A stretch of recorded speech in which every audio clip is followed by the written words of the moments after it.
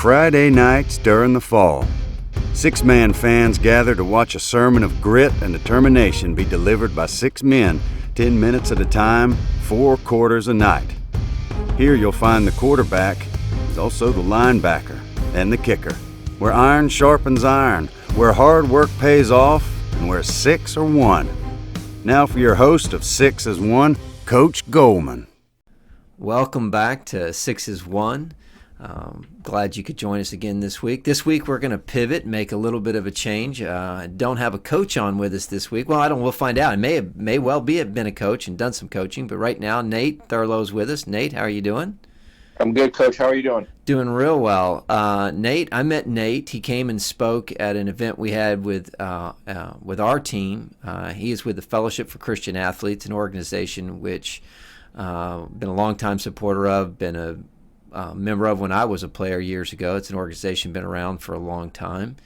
And let's delve into it and get a little bit more about how FCA is functioning here in the state of Texas and how we might, as coaches and mentors of young men and women, be able to utilize some of the resources they have. So Nate, why don't you help us out? Before I always like to start off with kind of a backstory. So how did you get to FCA? What's your past? Where you a Texas boy? Did you come out of some other place? Did you play sports? I'm guessing you probably did, but you never know. And just kind of give us a little bit of your history, if you don't mind. Yeah. I am not a Texan, and I'm originally from Nebraska. Don't hold that against me, but I am a huge Cornhusker fan. All right. But spent the better half of my life in northern Colorado. Grew up in an amazing home, and the first time I ever stepped foot into a FCA meeting was in a health room my senior year of high school. I was facing some tough times with baseball and had just hurt my arm. And a teammate of mine invited me to this thing called FCA, and he said, "Hey, there's going to be pizza there. It's free. Come check it out." And so that was 10 years ago that I got invited to FCA, and that was the first time where I really ever heard the gospel. And kept going for the next couple of years, had an opportunity to play a little college baseball, and continued to go to FCA, and just had a huge impact on my life. So been on staff now for just completed 5 years. Wow. And 7 months of it here in Austin, Texas, where a transition brought us out here at the beginning of the year to come out and serve with FCA in Central Texas. So tell us a little bit about us. Yeah, just my wife and I, and a 7-month-old pup. But been married to my wife now for just shy of 3 years, so we're seasoned veterans over here, and we're loving Central Texas. Great. Well, I will tell you that the pup tends to be a precursor. That's right. It doesn't tend to work well. At least in my puppy only lasted about 7 months. Oh man, didn't prevent much for too long. But anyway, that's funny.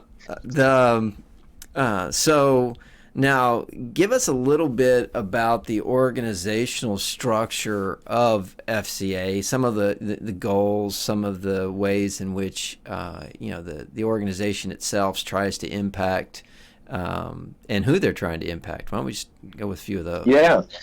Well, we are an international ministry, been around for 65 plus years, and our sole purpose is to simply serve coaches. We want to be an asset to what we believe is some of the most influential people in today's society, some of the people that are under the most amount of stress and just society putting heat on. And so we just want to serve them and be a resource for them in everything that they do. Yeah, and so the chapters you have, I guess you have a region where you work with coaches in Central Texas. There are other chapters. How many in Texas? Just if you even know that. Oh, hundreds hundreds. I mean, in Central Texas alone, there's hundreds. It's a student-led organization on campus, which means my job as a staff person is to be a resource to coach, and then we really help coach to realize their influence on campus and to turn around and to be the influencer to the student leaders who then lead the FCA club on campus to their peers. So give me an example of how you can come alongside a coach and how you can, what resources that you might have that you can help them with. And so, give me some examples if you don't mind. Yeah, I would say, two right off the bat, one being simply a coach's Bible study. Typically, those are happening before the sun comes up because that's usually when coach is available, where we gather with one, two, or a whole coaching staff and simply lead devotions and walk through life together. During season, coaches are so busy and their life becomes that sport where we just want to hit pause for 30 minutes and just get real and talk life and how are we doing as men and women of God. And so that would be one way. A second way, which is newer to FCA but has really taken off, is what we would call a character coach. And that's where the FCA staff person and head coach work together to find a third party to come alongside a coaching team where that individual, the character coach, is a resource to the team on teaching character. It's not a chaplain. It's not faith-based in and of itself. It's simply character and teaching core values that coach really wants to instill. Yeah, I find that interesting. It's within our organization, we have a team chaplain. I mean, that's that serves that role, right? Is sort of both an accountability role and we're a private entity, so we don't buttress up against a number of the things that you would find more in the public school environments. But so I'm going to drill down a little bit on this. So the character coach is somebody then that is working, as you said, with the coach to kind of get across the principles or things they want to do with the players. Does the character coach also interact with the players, or is it just really working with the coaches? I mean, you focus just solely on the coaches, or is this somebody who actually players reach out to as well?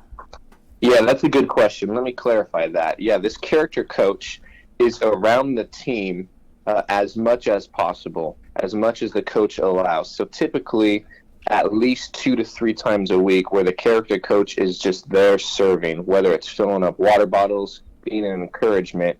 The only trade-off that we ask is that coach allows that character coach 15, 20 minutes a week after one practice to just talk about character. And that's pipelined right through what the coach wants instilled in their team. So, for example, the coach wants to talk about integrity. And so he would use that character coach to speak about integrity to his team, whether in a classroom setting or just in the bleachers after practice, something like that. And so that character coach is with the team as much as their schedule allows, even traveling with the team if coach allows.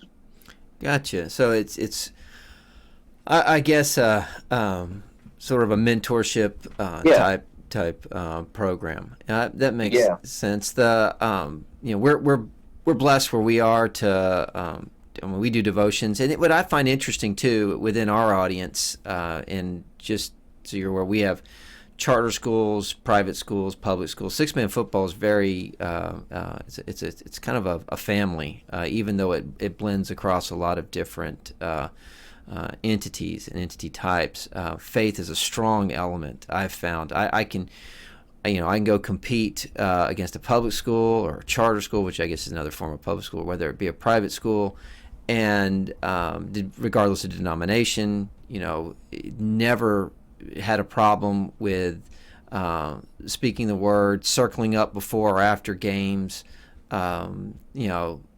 It's just it's unique. It's something I hadn't seen before in some of my public school experiences, because of some of the the limitations our society is in, where it seems to want to place faith, right? And I find it interesting that and I understand why you'd have to separate. Okay, this is not faith driven; it's character driven. But that's right. But we're a Judeo-Christian culture, and so therefore character is driven out of faith, right? I mean, that is Right. there. Where else are you going to get it from? The amoeba didn't come up with its own, faith. I mean, its own character. Right. Or Hobbesian. It's, if we looked at our natural state, we'd be what? Poor, nasty, brutish, and short, right? So, but okay, so let's talk a little bit about. Since you're dealing with you go from small schools, I'm guessing, all the way up to major 5A, 6A schools. How is it that do coaches reach out to you? Do you reach out to coaches? How is it that a coach can say, hey, this might work well for our program. It's always good to have another person from the outside, sewing into our people. How do they go about making that happen? Yeah, it is both, and I would say 2 out of 10 coaches find us where they go on our website because they have an FCA background like yourself, and it jogs their memory, and they come online and fill out a little questionnaire on the FCA website, and it comes to us. I would say mostly everything else is through relationships, building relationships with coaches, gaining their trust. We have a catchy little phrase where we say, be seen, be known, be heard, meaning just be seen, go to the practices, show up, say hi to a coach, be known, what you're doing on the campus. And lastly, once you gain the trust, you can be heard, having opportunities to speak to coaches, speak to their athletes. And so it's a trust thing, especially with coaches and everything that they have to do with. But I would say for the most part, we go where the relationships are. We build relationships with coaches by being seen, being known, and being heard. Got you. Well, and our, fortunately or unfortunately, our profession is one of migration. That's right. We're a migratory group. And we can't be happy where we are. No, or maybe people aren't happy with us where we are. That's true. I guess it can go both ways. But when you see, you're at school A and coach moves over to school B, do you follow coach, or do you stay with the program and try to work through the new, or how does that usually transpire? Yeah. So FCA staff are stationary, meaning we are assigned to a specific region, usually by county. And our whole hope would be that we are empowering other coaches to do the work of the ministry on campus. And so that's usually not just one coach per campus. It's usually a handful. And so if we're using that method, if a coach leaves or when a coach leaves, though the relationship stings, the ministry continues, because we don't want the ministry to be built upon just one person. I mean, Jesus took 12 people and he instilled leadership into all 12 because he knew that he was leaving. And so when he left, he had 11 to take over the work that he had already started. So we kind of take that same philosophy in discipleship, and we train up multiple coaches, multiple athletes, for when the Lord does move them somewhere else. And speak a little bit to the athlete side of it. I mean, because my experience was more athlete driven back in the day. FCA for us was really a student led and organization, and at that time for me it was a collegiate. It wasn't high school. But where. What does that look like? What is that? Let me ask it this way. Where is it you've seen the most successful FCA chapters, and what are they doing that makes them successful? Yeah, I think success is a relative term in the industry of faith. I would maybe use the term faithful. Mm-hmm. And so I guess where I have seen the most faithful FCAs are just the ones that really want it. They're there because they understand the greater purpose of why they exist. It's not for X's and O's. It's not for wins and losses. It's to make much of the kingdom through the platform of sports that I might argue is one of the highest platforms in society. And so when you get a coach or you get an athlete that really figures that out, man, they can change the entire chemistry of a team and of a campus. And it's just really fun to watch when that happens. Yeah, I would agree with you. So but on the players, do you look at the sort of the senior leadership? If you're let's back up and say we're interested in doing more, bringing FCA in. I'm a coach. I think it would be great for my my program or my different programs, all my programs, sports programs, to have some aspect of this. Where, walk me through, what are those first steps? I mean, you meet with the coach, got that, but where do you meet with the athletes? Where is that? Where are the first steps in yeah. So it usually starts with a coach reaching out, or if a player reaches out first, we'll meet with that athlete and we will ask them to help us find a faith-based coach, because our ministry is really to and through a coach. And so once we have that coach, that head figure in place, we'll gather around a bunch of student athletes that are influential athletes on the campus. And so we would ask coach, hey coach, who are the influential athletes that are church that you know of, that love the Lord and that have influence on the campus? From there, all of us get in a room together, coach, student leaders, and FCA staff, and that's really when the process begins of praying, of asking what do they want to accomplish on their campus, and then the FCA staff person kind of helps come around that vision and helps empower that vision to happen on the campus. And so we really want to have it be student-led. We really want it to center around that coach, because the reality is that coach is on campus 40 plus hours a week. An FCA staff person can probably only be there 45 minutes to an hour a week. And so if the ministry depends on the FCA staff person, then I would argue that a coach is there way longer than we can ever be, and that coach is going to have the influence that we don't have. And so we just want to train up leaders on the campus to entrust the ministry to make it happen on campus. That's great. So give me an example, and you don't have to name particular programs or anything like that, but give me a working example of where you've seen FCA do some miraculous things within the missionary work that it's designed to do. So give me if you can, just in an example of what you see transpiring, or maybe a few. Yeah, one of the first thing that came to my mind when you asked that question was, I was newer to FCA staff, young, and a coach approached me and asked if I could help them start FCA on their campus. And so we met with that coach, and I asked the coach to bring some leaders on his team, and there were 4 of us sitting in a room: coach, quarterback, running back, wide receiver. And as you know, those are 3 of the most influential people on the team. And we were really trying to brainstorm what we could do to have an influence on the campus. And I mean, this campus went through so much stuff, between suicides, car accidents resulting in deaths. I think there were 3 deaths within 5 months. And these athletes just wanted something positive for their team. And so for about 3 months straight, we sat in a room every week and just prayed. And we asked God to really show up. And it was after winter break the following semester that we had our first official FCA.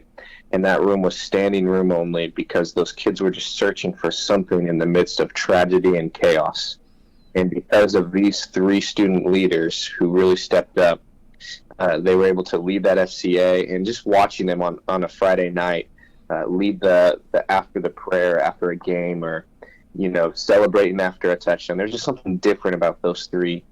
And that just sticks out in my mind of how those 3 athletes and that coach were just faithful They were patient, and I think it really paid off for them in the ministry.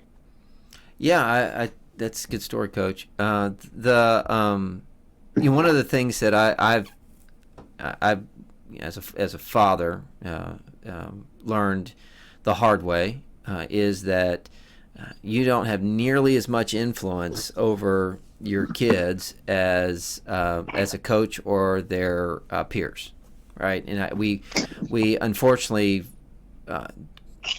It's very difficult. It's very difficult sometimes as a parent to recognize, wow, I don't have nearly as much, influence, especially in those formative years. They're all formative, but let's just say the growth, what I call the growth years, where you're sort of 13 through 18, and you're especially as young men, we deal a lot with young men who are trying to find, purpose, trying to find direction, trying to, seek, find out even what they're seeking, right? Yeah. I think that one of the worst questions that, and I try never to do this to anybody, say, what do you want to do with your life? you're 17. Right. What kind of question is that? But I always, it's a much easier question to answer. Interestingly, when you're an adult male, right? Or hopefully it is. I mean, there's still plenty out there still asking that question, unfortunately, but. But it's certainly a more difficult question to answer at that age. But going back to the fact that we have these leaders and these certain people like the three athletes you mentioned, where and what do you, or maybe you don't directly, but how do you reach those individuals so that they can reach others? I mean, yes, I get. Getting them together is the first step, right?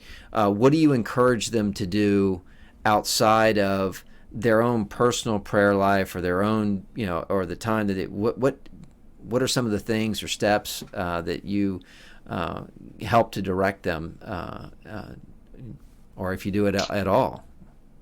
Yeah, no, I think there's two ways that we do that. One is we really want to see that athlete get plugged into a local church. We are a parachurch ministry, meaning we are not the church, and we fully realize that. We want to partner with churches. And so even in our mission statement, we want to lead every coach and athlete into a growing relationship with Jesus Christ and his church. And so that's where we partner with local churches, youth pastors, lead pastors, whomever within a local body, so that we can partner with them and help plug in athletes to that campus. Because at its best, FCA is an 8-year program from high school to college if you're fortunate enough to play next level. But after that, you got to figure out what's next for your faith journey. And so if we can plug them into a local church, then that's lifetime. That's how they really get plugged in. And then the second thing I would say it's really challenging that athlete, not just to be a consumer of the faith, but also to be a consumer and a producer. So taking what they know and giving it to other people, peers, teammates, underclassmen, things like that. Because I think when you are challenged to teach or to be the mentor, that's when you grow the most. Yeah, I agree. So as an organization, in 60+ year organization, obviously been success along the way. That's how you get to be where you are. But what are the challenges ahead for FCA? Maybe those are just, you can focus on just your region. Maybe they're more broader than that. But what are the challenges that you see that FCA faces, and what are you going, and kind of where are you headed in trying to face those? Yeah. Well, I think we're all aware of the society that we live in today and the challenges that provides, with people wanting to shut out faith within the public schools. So, I think that's an obvious one, but as long as we remain student-led, we can be on campuses. And then practically, I would say that, simply said, we are outmanned and outgunned. We're playing zone coverage, and we are vastly outnumbered. the region of Texas is ginormous, which I've learned in the last 7 months. I've spent probably half of my 7 months in a car, and it's great though. I love it, but we need manpower. The Gospels say the harvest is plentiful, the laborers are few, and we are just praying and praying and praying for more help, more people to step up and to volunteer with FCA, to come on staff full time with FCA. And so, practically, shameless plug, we're hiring, and we want to help people with their calling of sports ministry to influence coaches and athletes. No, it's not a shame. Definitely, I would strongly encourage. Again, great experience that I had. Again, long time ago. But yeah, that's one of the things that I will share with you, that coaches within our, again, this is our platform here is Sixman Football primarily. That's why it's called 6 is 1. Most of our coaches do coach multiple sports, but it does football tends to be their primary sport, and they are usually in schools under 110 120 athletes, or just 110 students. And in these kinds of locales, they are students have to play multiple sports, that be involved in a lot of things. Very small. But what I would say is that what's great about the brotherhood of that I've witnessed in Sixman is that it is a very strong, faith-driven, group, and they're not bashful about it one bit. And regardless of the platform they are in where it is, and I think it's a good thing. I think what most of us, for example, myself, I used to, I have 2 boys, and they currently are playing with us, although I was coaching prior to when they were playing football, and I'll coach after they're playing. One of them one time, what are you going to do when I graduate? Same thing I was doing before you came into my life. So, I'll be coaching. But what I would say is that we have these opportunities to sow in to these young men that are very unique, and we are always looking for folks that will come alongside us and kind of help us out and help us. So I guess drilling down on that just for a little bit. In a smaller school where you have maybe just a few churches in the town and town leaders, and you have probably plenty of resources. One of the things that I would say that you probably just don't have is that they don't even know that this is available. And what would you say actually to a program like this, since you have the platform and the opportunity to say, hey, I realize, let's just use us as an example. Hey, I realize you speak faith, and you use that in as a tool within your ways of building teamwork and building up and I realize you have some great people that are willing to help step up and help out, and they're good men and women of faith. But you don't have an FCA chapter. What can an FCA chapter do to kind of enhance that? Make that even stronger, because that's what I think you would see in our kind of communities. It's not that sometimes we can have a little bit of hubris, or we're doing a good job, we've got all this stuff, but where's a way that you could say, hey, that's great, but here's what an FCA chapter would also do to add to that? Yeah, I think if I'm understanding your question right. Let me step back. So we've got mentors, right? So let me give you an example. I have a chaplain, right? Okay, I've got a mentoring program, right? I get up every day and I talk to our kids at the practice. We have devotions, 15-minute devotion to every practice, prayer and all these other things. But that all being said, I recognize that oftentimes people can tune out I try to bring in other speakers, right, so that they can hear a word from other things. But let's just use us as an example. We don't have an FCA chapter at our program. So you would say, just talk to me and say, all right, Coach, that's great. You're doing some good things, but here's what an FCA chapter would do that I think would make it even greater for you. Sure. Yeah, I mean, not that FCA has a magic key that helps words fall onto deaf ears, but I would say what our bread and butter is going to be is we want to engage those athletes, but then we want to equip them, and we don't want to simply have a monologue. We want to have a dialogue. And so we don't want to just get up and start talking at them. I mean, they get that every day at school, right? Right. And so we want to equip them, the student leaders, the athletes, in their faith through the coach. And then that last step of empowering them of, okay, guys, now you have been taught this. What are you going to do with it? And I think the real test comes when the fire is turned up a little bit, whether that's on the field, that's in the classroom, or that's in life. Because let's be honest, the fire is going to get turned up one way or another in someone's life. And I think that's when the true test comes of where your faith lies. And hopefully between coach and ourselves, we have done a good job of equipping them and being a resource for them so that they can stand the test of time and have that firm foundation built. Gotcha. Well,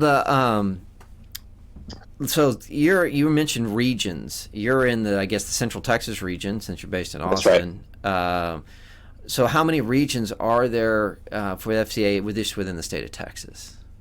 Yeah, there's 5 regions: North Texas, South, the Houston area, Western Texas, and Central Texas. So 5 regions make up the region of Texas, and there's 13 regions across the United States. Okay, let me get this. There are 13 across the United States and 5 in Texas? That's right, yes.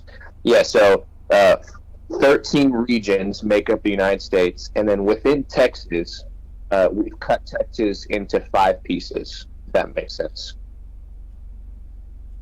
Yeah, I mean, that's so Texas is, so let me get this right. 13 regions and 5 of them are in Texas. 5 out of the 13 are in Texas? I'll start over.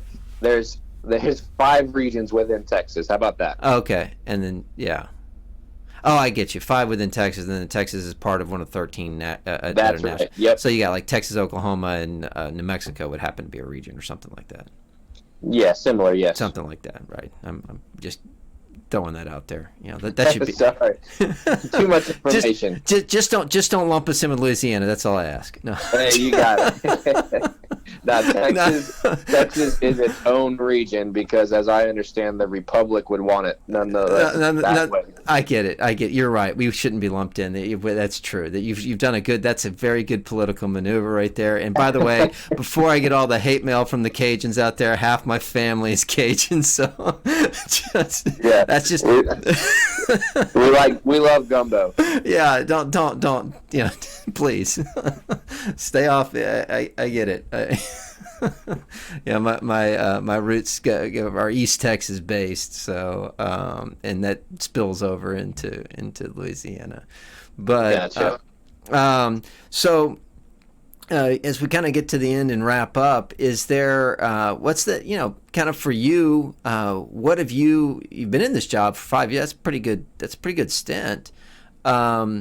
Where personally, where does it what's holding you here? Where would you like to go with this? What gets you up? What gets you motivated every day to say, hey, I love doing this, and this is what because my belief is in this day and age, and I know this is statistically, the average person stays at a job about 16 months.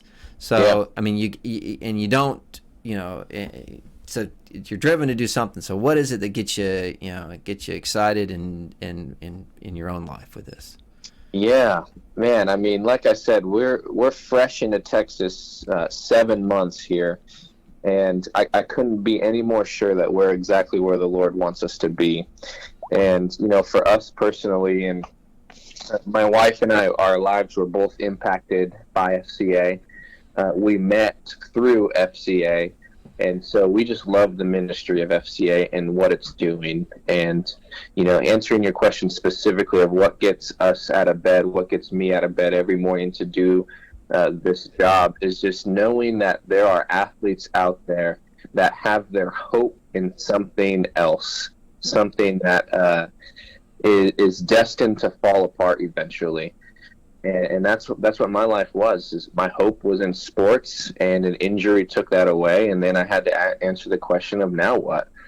And so, simply put, I want to just replicate my story of taking the gospel, taking faith to coaches and to athletes to have them realize that there's a bigger purpose out there than the sport that they're playing. And that fires me up. That fires me up to know that there are athletes out there, there are coaches out there that want that. They just don't have anyone in their lives sharing that with them. And so I would say that's why I do what I do. Excellent. Well, Nate, thank you for taking the time to be on the program. Truly appreciate it. Really, really do. Why don't you give folks, and I'll put this in the comments, or how, I have people that help me do all this stuff because I'm new to it. But how the best way to get in touch with you? I mean, do they go to the website, or just give your whatever information you'd like right now? Please let us know what's the best way to get in touch. Yeah, thanks for having me.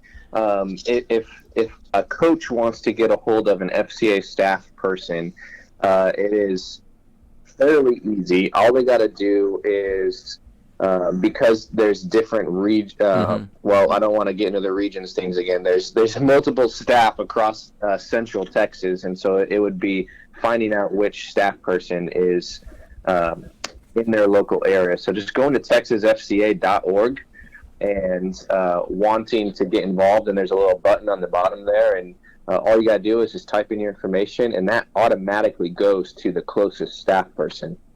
And so if you are in southern Austin, Hayes County, Bastrop, Caldwell counties, I'm your guy. And so feel free to get a hold of me with the information that you'll provide. Gotcha. So there you have texasfca.org. So coaches across the state, go there, throw in, I'm sure it's done by zip code or something like that, and they'll match you up with the right people. That's right. We're here, and we want to serve you. All right, that's great. So thank you very much, Nate. For those of you that today is not a film day, Nate's we're not going to make him break down Sixman film, so that'll be it for this part of the segment. There will not be a film segment this week. We truly appreciate Nate for his time. If you please, I'm always told to like, share. We're growing our audience. It's been really a blessing to watch it grow. We're looking forward. If you'd like to be on the show, we've got some great coaches coming up. Borden County, Milford. I'm going to leave some people off, so I won't even go through the list. But I mean, we're going to be continuing this through the season. That's going to be interesting as hopefully my personality won't change too much. My wife says I've become a different person a bit during the football season. I don't see it, of course. I'm still the same guy always. Just maybe a tad more intense. I don't know. But as always, we're very appreciative and thankful for those that participate and for those of you that share this, and we're all just trying to learn together. So thanks again, Nate, and God bless. Yeah, appreciate you, Coach.